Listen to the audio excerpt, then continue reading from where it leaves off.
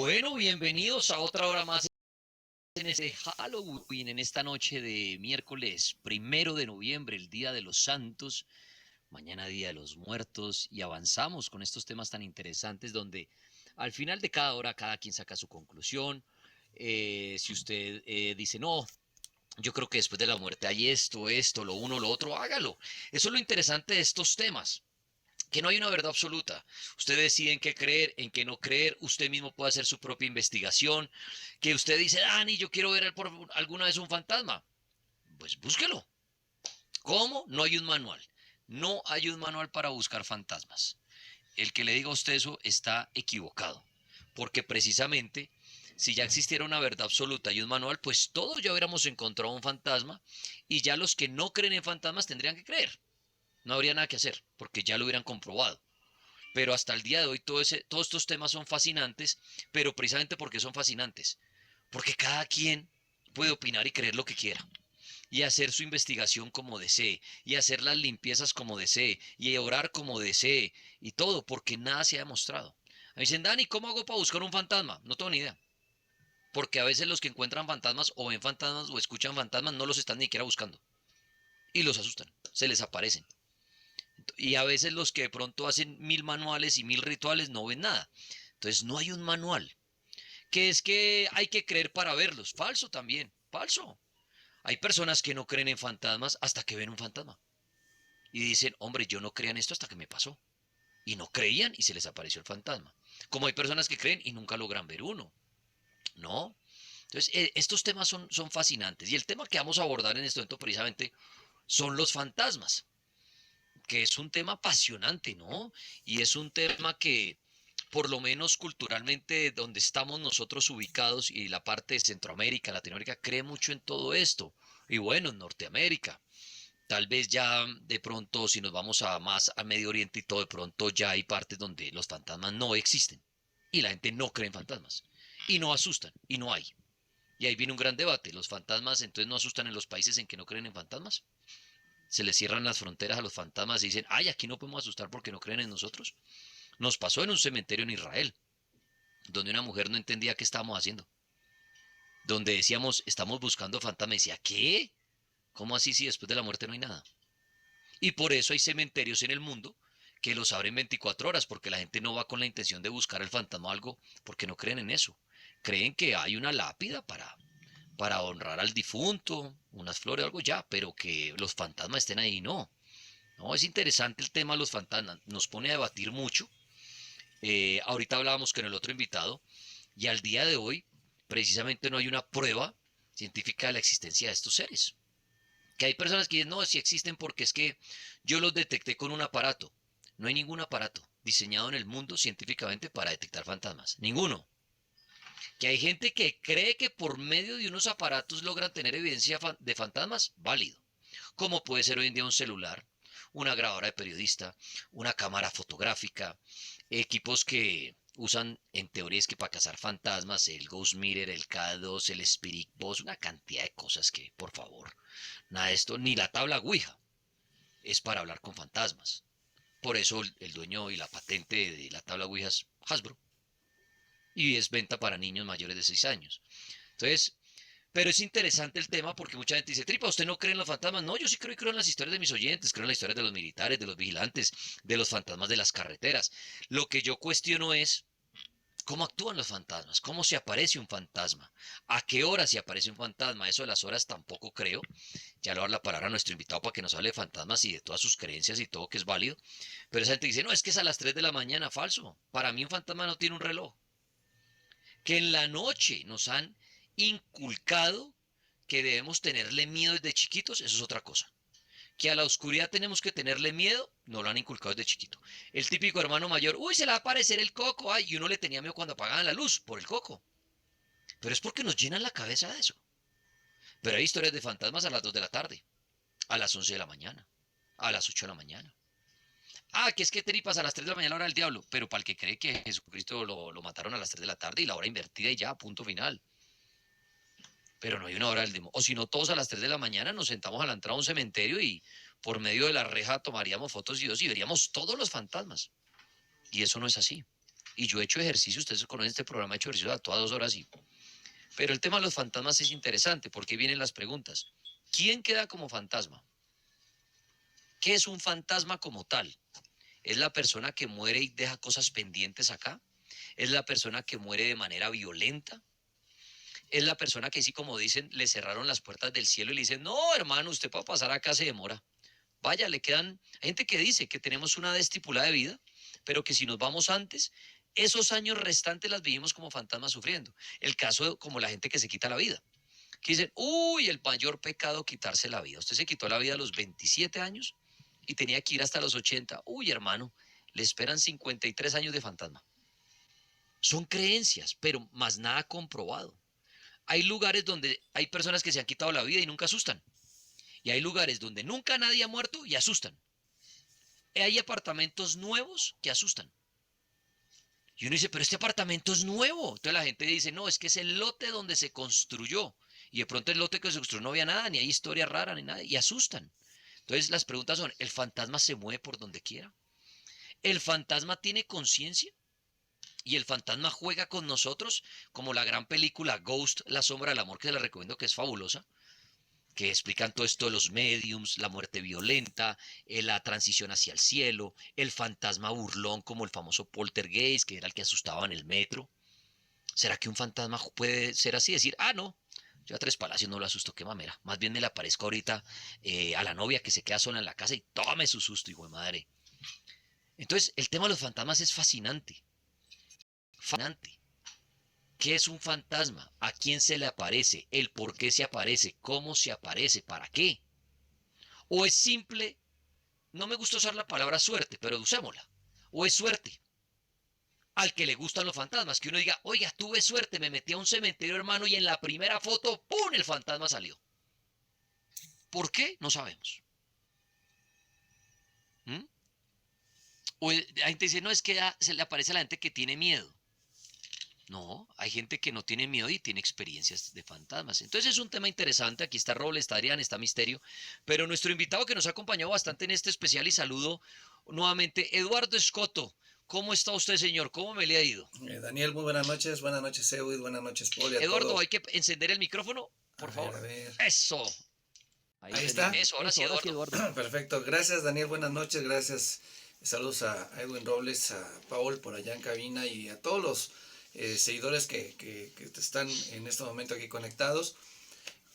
Bueno, mi concepción, primero que nada, acerca de lo que es el utilizar algunos aparatos. Efectivamente, los aparatos que se tienen, ni siquiera podemos decir que son para cazar fantasmas, porque no se puede cazar a un fantasma.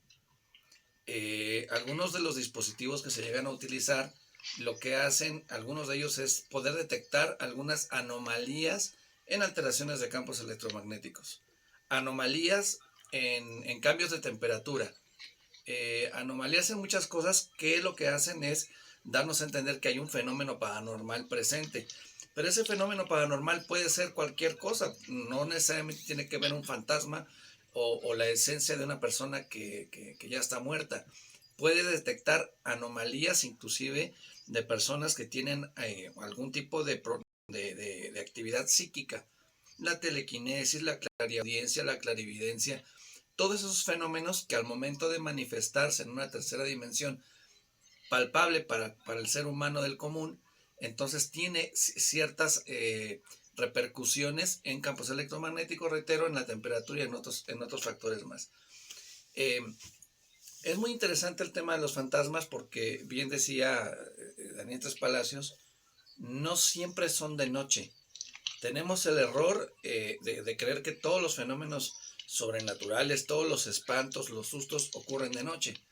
Lo que pasa es que de noche, obviamente, el ojo humano tiende a aperturarse un poquito más la vista, a acostumbrarse más a la oscuridad y poder percibir algún otro tipo de cosas. En el caso de las psicofonías, la noche es lo ideal porque hay menos ruido de vehículos, menos ruidos del exterior y nos permite hacer un trabajo de transcomunicación instrumental de una manera correcta.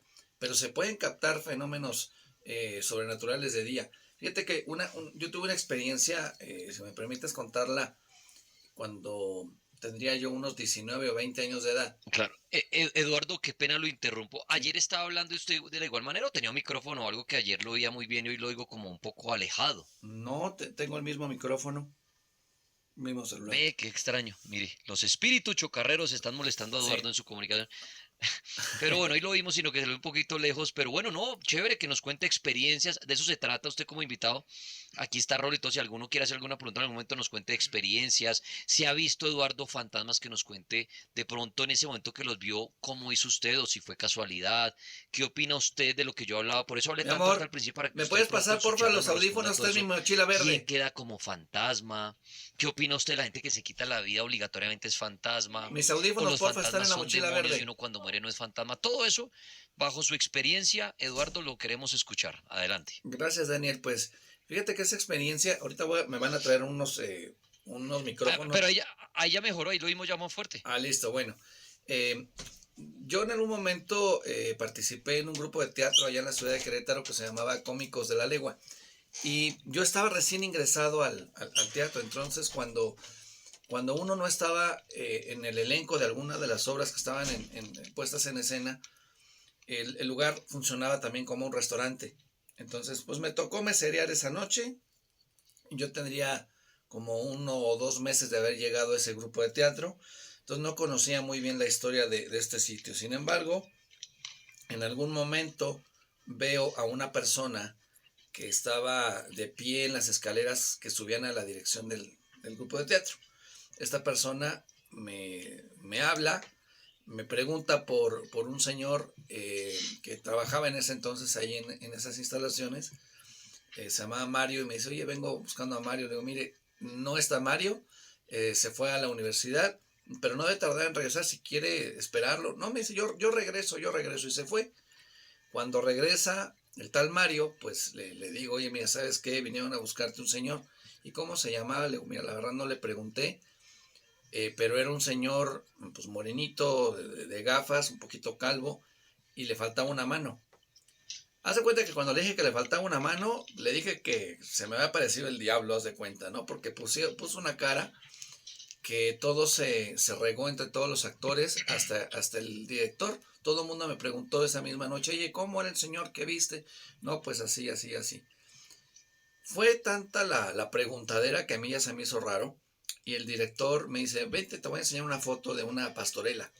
Habían como unos 30 actores en escena y me dice, ¿la persona que viste en las escaleras está en la foto? Digo, sí, es este señor que está aquí en medio. Pues resulta que ese señor era el maestro Raúl Lucio, había fallecido 3 o 4 meses atrás, le dio un infarto en un ensayo de una obra de teatro y murió en el escenario. Entonces yo no lo conocí, en vida no lo conocí, pero sí lo conocí prácticamente del más allá. No Mire, tuve, mire, mire, Eduardo, esa historia buenísima. Yo conocí una historia igual que le pasó a un señor en un teatro. Así lo que usted dice, trabajando, sin estar buscando fantasmas, sí, habló con una persona y cuando llegó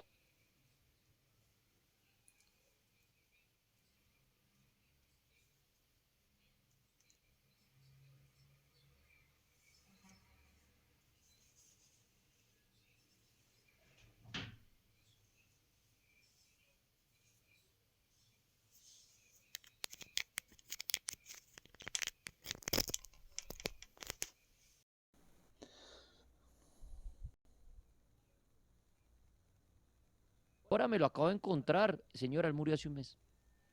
Y mire que no están buscando ni el fantasma, a lo mejor no son ni creyentes de fantasmas, y el fantasma le aparece. Eso es lo que yo pregunto, ¿por qué pasa eso?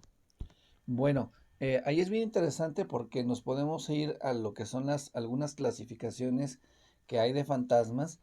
No necesariamente tienen que aparecer de noche, como lo mencionaba anteriormente.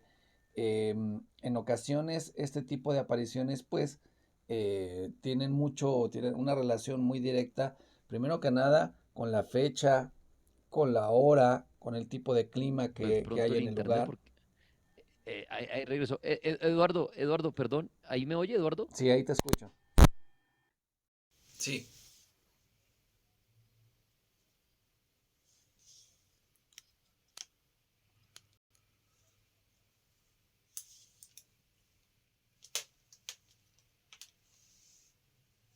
cuando se habla de fantasmas? ¿Será que hay algo extraño? Hay algo extraño. Yo te escucho perfecto ahí. Perfecto, Eduardo, ahí también lo oigo bien. Y bueno, alcancé a oírle que usted dice que no siempre los fantasmas son de noche, sino en el día. Sí, además creo que tienen en muchas ocasiones, tienen una íntima relación con el día, la hora, la temperatura o el tipo de clima que haya en el lugar. Si se trata, por ejemplo, pues, de lugares en donde hayan ocurrido algún suceso trágico. Esto te lo comento porque hay un caso que a mí me ha tocado investigar del de 2004, pero que conozco desde que era muy pequeño. Es el caso de una señora de nombre Claudia Mijangos que en la madrugada del 24 de abril del 89 asesinó a cuchillas a sus hijos. Actualmente la casa sigue abandonada, nadie la ha querido comprar, nadie se quiere vivir ahí. Y me ha tocado estar, la primera ocasión que la investigué, 15 días me quedé a dormir, a vivir dentro de la casa en una tienda de acampar, para tratar de buscar de día y de noche el fenómeno. Y es muy curioso porque cuando es la noche del 24 de abril, más o menos entre las 3 y las 5 de la madrugada, que es cuando ocurrió el suceso, se logran percibir ciertos fenómenos. Bien es difícil encontrar o documentar la aparición de un fantasma, pero sí se llegan a escuchar ruidos, movimientos de objetos, algunas sombras que son muy difusas. En el caso de los sonidos de espectrales o de las psicofonías o las mimofonías, yo les doy una explicación más lógica que yéndonos a lo sobrenatural. Lo que sucede es que las paredes de esa casa tienden a ser huecas, no hay vidrios en las ventanas. Entonces, si corre una corriente de aire, es muy probable que como una guitarra escuchemos los sonidos que quedaron guardados en la acústica de la casa. Entonces, creo que tiene que ver eso y ahí entramos en los fantasmas de fotografía atmosférica, así se le llama a esa clasificación, los cuales pues se imprimen durante algún hecho trágico, se hacen acompañar de ruidos, de pasos propios del momento de su muerte y de todo lo que pudo haber sucedido en el momento de la tragedia. Bueno, interesante ese caso que Eduardo nos comenta. Eduardo, usted que dice que ha visto, digamos, objetos moverse, ahorita me habla de eso que es interesante, qué objeto se movió, cómo se hizo, pero Eduardo, ¿usted ha tenido la oportunidad de ver en diferentes ocasiones fantasmas en una sola vez?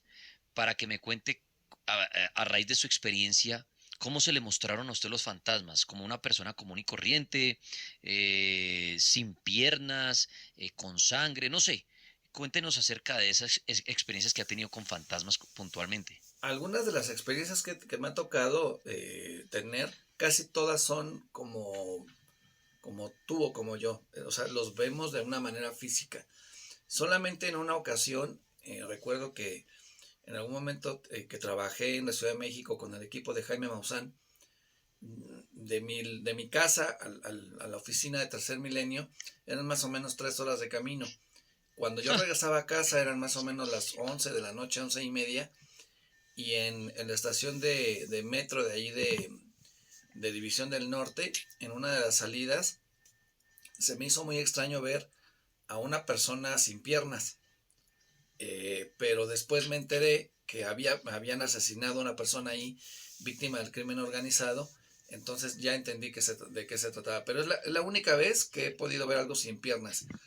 Traslúcidos Y casi mire, nunca. y volvemos a lo mismo, sin estar buscándolos. Sin estar buscándolos.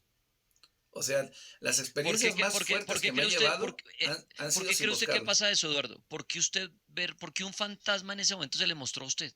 ¿Qué cree usted? Porque obviamente no hay una explicación puntual, pero ¿por qué usted en una estación de un metro o alguien en un paradero o algo ve un fantasma allá al lado sin piernas? O sea, que por qué cree usted que el fantasma se le mostró o el fantasma ni siquiera sabe que se está mostrando o el fantasma será que sí dice me le voy a mostrar a este joven que está ahí esperando el metro. ¿Qué conclusión saca usted de esa experiencia? Yo creo que la mayoría de las ocasiones ellos no son conscientes de quererse aparecer y querer espantar a alguien. No creo que sea el propósito espantar a alguien.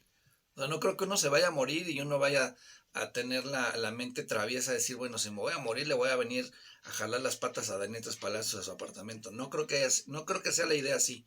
Yo creo que hay algunas ocasiones que tal vez los sentimientos que uno traiga en ese momento, si uno viene con estrés, con depresión, con enojo, con algún tipo de emoción de índole o de frecuencia vibratoria baja, hace que ciertas energías de ese mundo espiritual puedan alimentarse de esa energía y puedan llegar a manifestarse de alguna manera.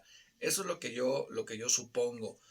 Como bien decías al inicio de la hora de este tema, no hay una verdad absoluta de cómo interpretar o cómo demostrar o cómo indicarle a los seguidores que investiguen, o sea, fantasmas. Solamente hay especulaciones.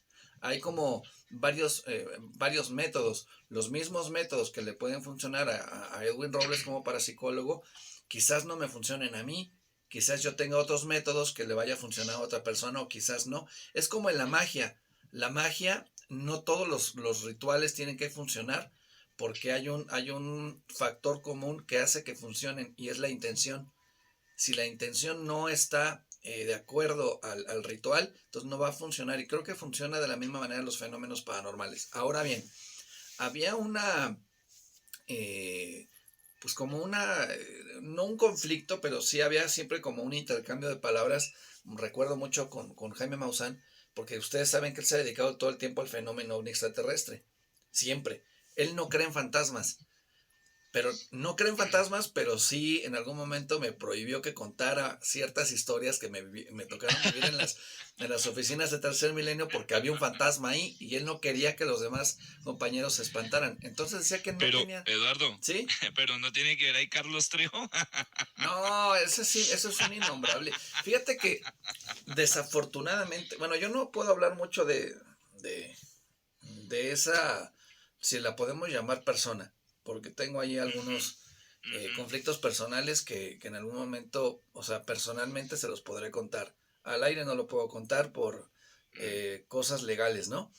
Pero pero desafortunadamente por ese tipo de personas es que hay gente que no cree en los investigadores, o sea, que no creen en la investigación de lo paranormal.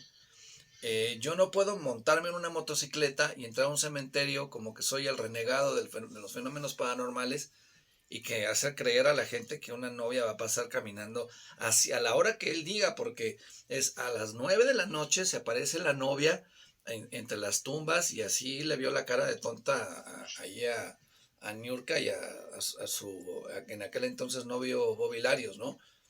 A una hora en específico, en un lugar específico, con ciertas características. No es así. Entonces, yo con ese señor casi no, porque no, no No, sé. acá en Colombia hay un personaje igual que hacía un programa que también no digo el nombre, pero sí, y no, mire, y la que Eduardo lo nombra, Eduardo tiene toda la razón y yo se lo digo a la audiencia, mire, a mí me da tristeza ver cómo, claro, hoy la gente quiere tener likes, quiere tener reproducciones, quiere tener, volver un video viral, y claro, uno ve, y en México sobre todo, Sí. Eduardo es mexicano, en México hay unos showmans que a mí me aparecen a veces en Facebook y es increíble que llegan a un bosque, vamos a buscar fantasmas, y eso sí aparecen todos, O brujas. corren de una tumba a otra el fantasma, o vamos a buscar brujas y encuentran una aquelarre de 30 brujas haciendo un sacrificio, y yo le digo a la gente, mire, y la gente me dice, Dani, pero es que en su programa no pasa nada, en cambio en eso sí.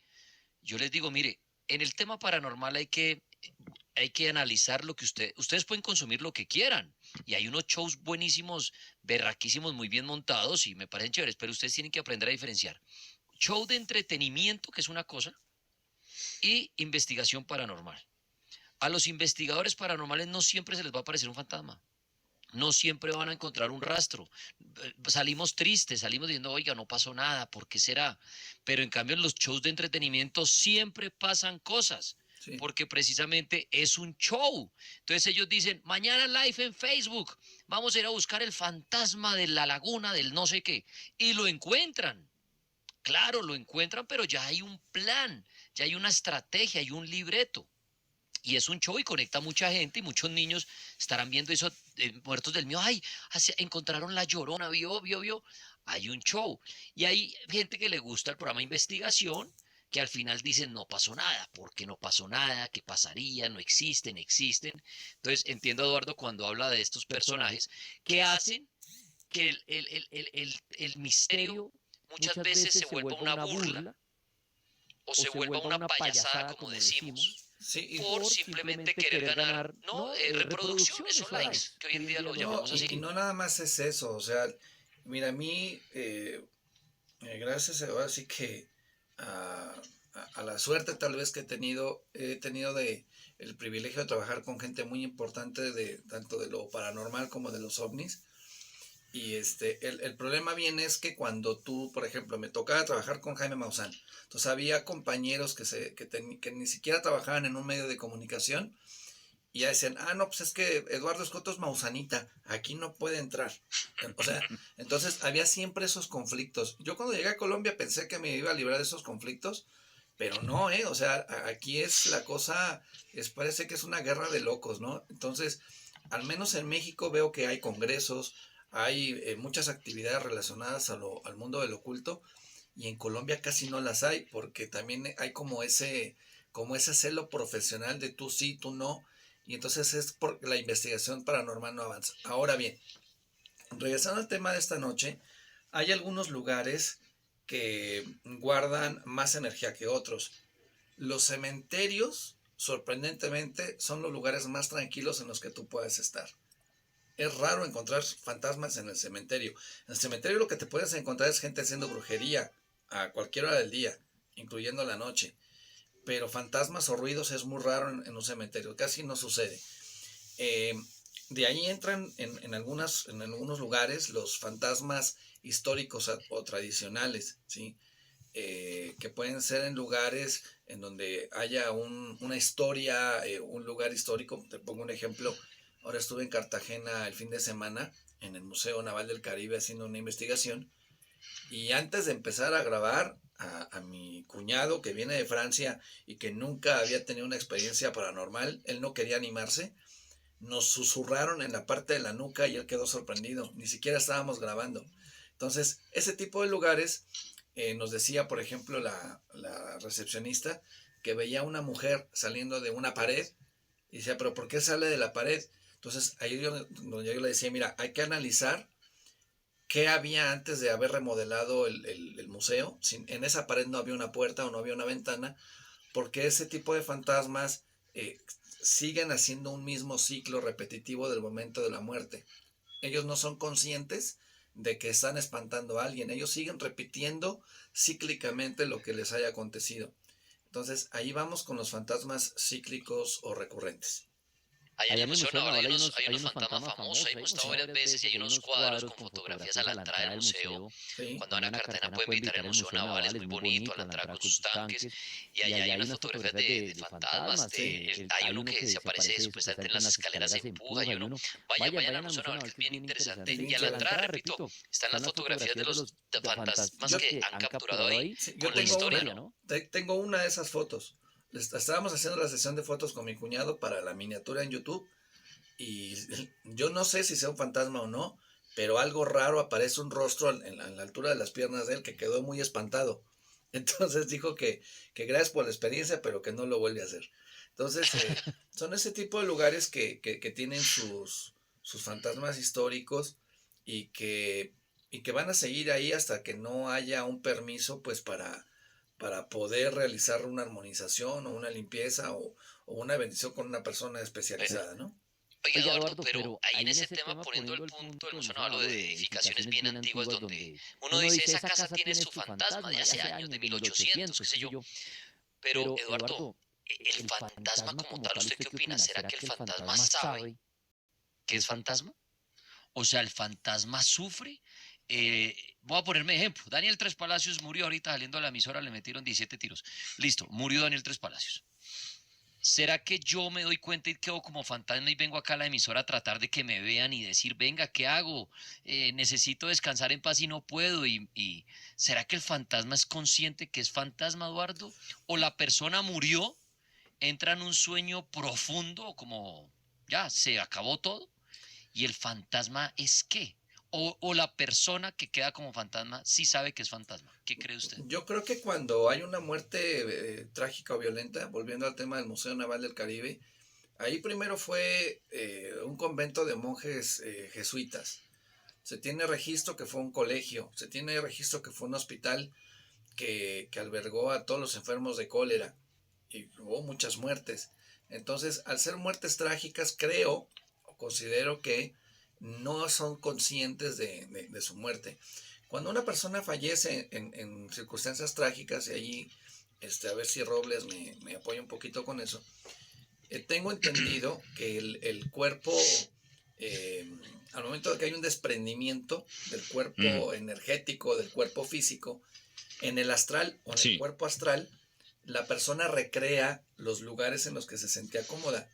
Si yo estaba contento en un bar o en una cantina y me matan ahí, seguramente voy a recrear en ese plano que es maleable, en el plano astral, el lugar en donde yo me sentía cómodo y me voy a seguir apareciendo. Pues no quiere decir que yo sea consciente de que voy a espantar, sino que estoy atrapado en esa dimensión y no soy consciente de ello. Ok, o Sí. sea, ya habla Robles. O sea que sí entiendo, Eduardo. O sea, si yo quedo como fantasma, el fantasma no sabe que es Daniel. O sea, el fantasma no es consciente. El ¿No? fantasma no. Eh, O sea, eh, Daniel o sea sí. que en teoría Daniel sí descansó en paz. Sí, aunque también, como es muy parecido a lo que sucede con la película esta de Los Otros. Quienes Ok. terminan siendo los intrusos somos nosotros, porque ellos siguen en su casa. Mira, a mí me da risa a veces.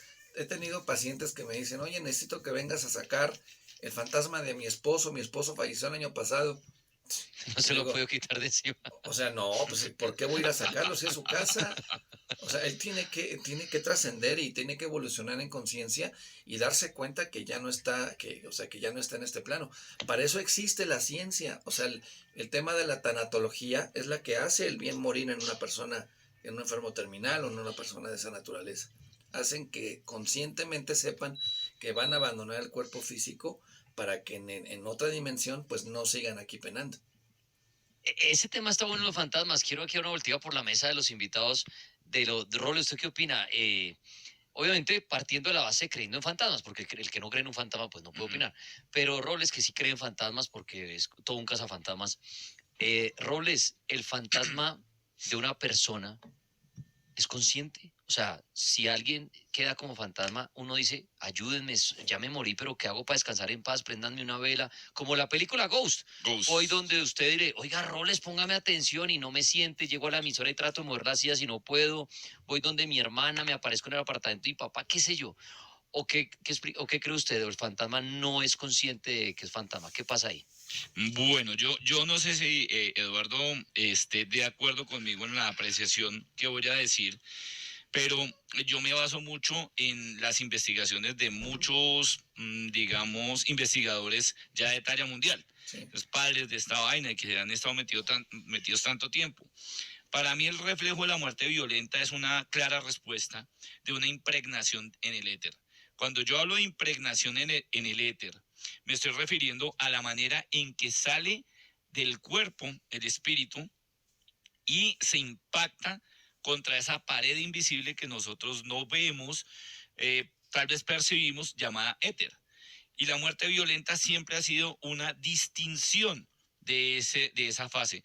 Creería yo que en ese momento del éter se forma un bucle que nosotros en física, bueno, la física lo estudia y la física cuántica también, un bucle infinito que en el momento en que la persona sale del cuerpo, no concibe haber fallecido, porque se han dado casos en donde se dicen algunas personas que han descrito esto, y eso sí yo lo podría creer, el espíritu sale del cuerpo y se ve a sí mismo ahí pegado, ahí al ladito, ahí tirado, acostado, e intenta ingresar al cuerpo.